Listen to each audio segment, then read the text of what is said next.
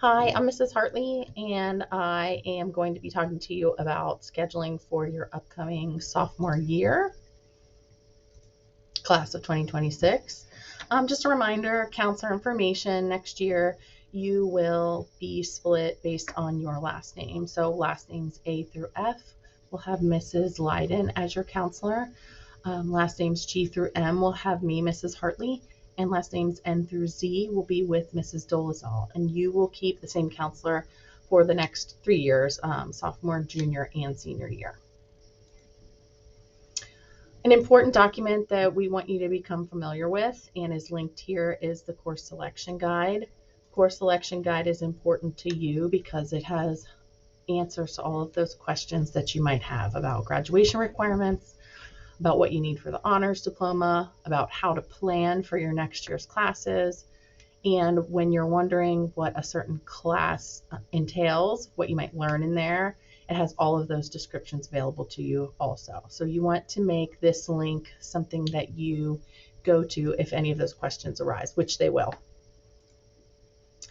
This is a really important change in schedule policy as we are going into the third week of the semester. We have been making lots of schedule changes for second semester schedules.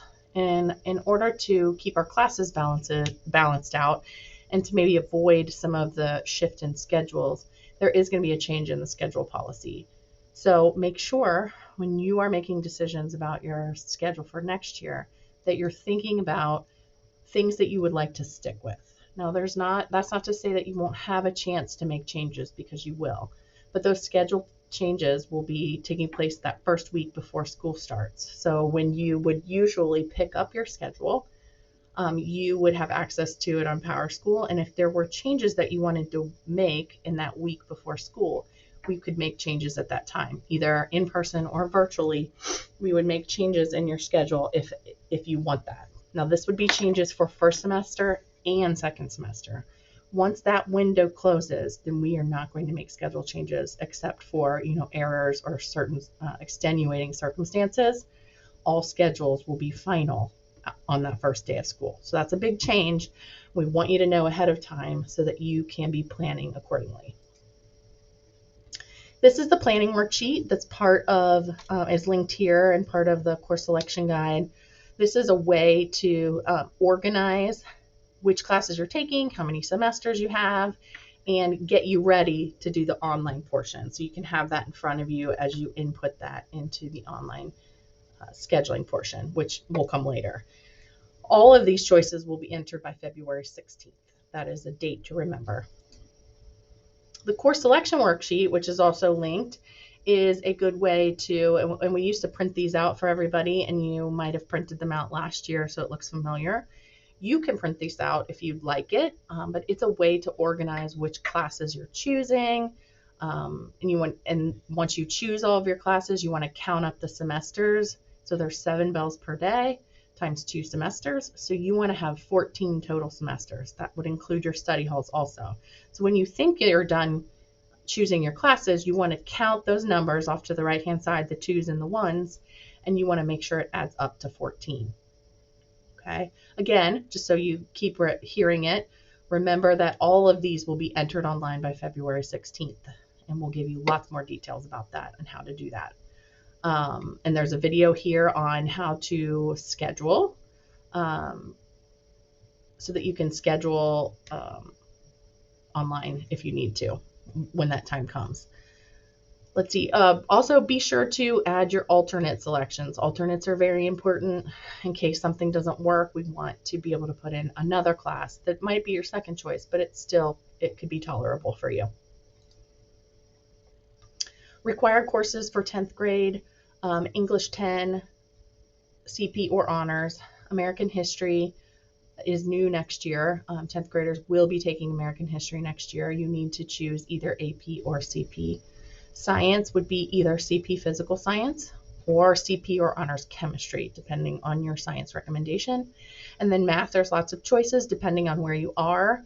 Many of you will be taking geometry, but some of you are on other tracks. So encourage you to look at the math flow chart that is in the course selection guide and to be able to know the right place to put yourself for math.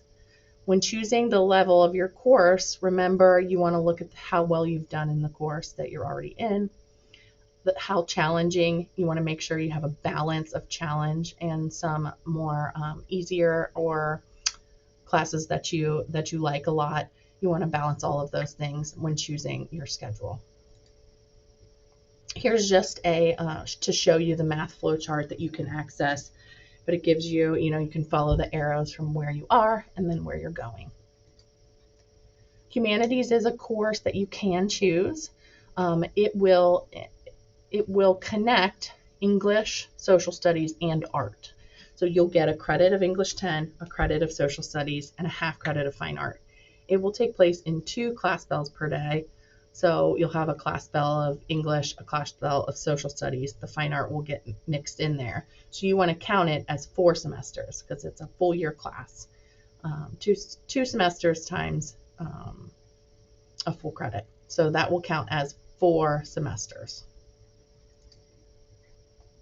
AP courses, January 25th, the AP presentation became available online from Mrs. Emmons. So if you have questions about what an AP course entails, you want to check that stuff out. The AP course is preparing for an AP exam. So it is a college level course where you are preparing for an AP exam. There is an increased workload. You want to take AP level courses in the areas that you excel at and that you enjoy most, because you are going to be putting more time into those classes. And remember, it's all about balance. Just because you can take all the AP classes doesn't mean you should, because a lot of you are doing other things during the day and extracurriculars, and you want to take all of those things into account. Other required courses that you have, health. If you haven't already taken health, what your choices would be summer school or online health. PE, you need 2 semesters at a quarter credit each, or you need to complete a PE waiver. So you can either sign up for Lifetime Fitness 2 times over the course of the next 3 years, or you can qualify for a waiver. That would be 2 seasons of a sport, or you can do 1 PE class and 1 season of a sport, or you can take 2 years of JROTC. All of those things count for the waiver. Once you've completed your seasons, or your PE and your season, or your 2 years of ROTC, you need to fill out a waiver in the counseling office. PE can be taken in summer school for a quarter credit, so you'd need 2 summers over the next couple years. That information is usually released in the spring, and there is a fee associated with it. Elective courses, you've got world language, fine arts, different core subject electives like the English and science classes, business classes, project lead the way in engineering, TPA in the teaching profession. There's lots more choices for sophomore year. So this is your chance to, once you've got your course in there, to explore your interests and things that you might see yourself doing as a future career major in college. It's really important, I mentioned this already, but it's important. You need to choose 3 alternate semester electives. So if you choose, for instance, ceramics oftentimes fills up pretty quickly.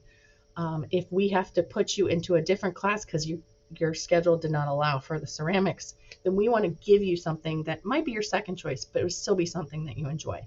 A lot of kids don't take this alternate section very seriously, and then when they get their alternate, they tell us that they didn't really like that alternate. Please be sure that you're picking classes that are maybe not your first choice, but are still ones that you could see yourself taking. If you don't choose alternates, then we put you in what is available, and that might not be your favorite thing. Important dates to remember: February 9th, the counselors are going to come to advisories and go through online scheduling.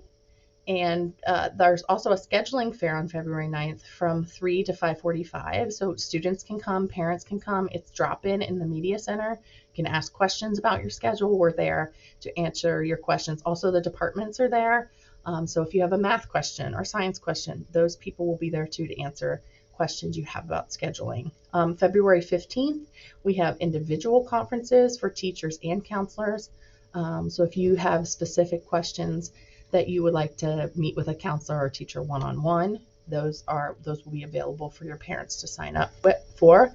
And then February 16th, once the, so the options for February 9th and February 15th are open for you to ask questions. And then by February 16th, we want everybody's classes to be entered online.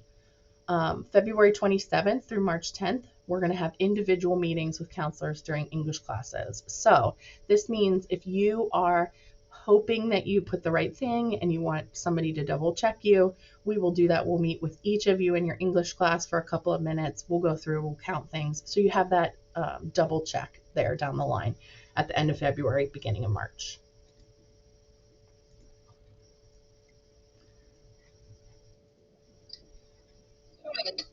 This is a video of Mrs. Emmons explaining how to choose courses, just how to use the course selection worksheet, just general help for you if you're struggling through the selection process. These are links to the planning tools that I talked about, the course selection guide, the course selection worksheet, the course online planning worksheet, all things that are linked here for you to use. This is just a reminder in the schedule policy. We want to make sure that you know it and you remember it and you hear it over and over.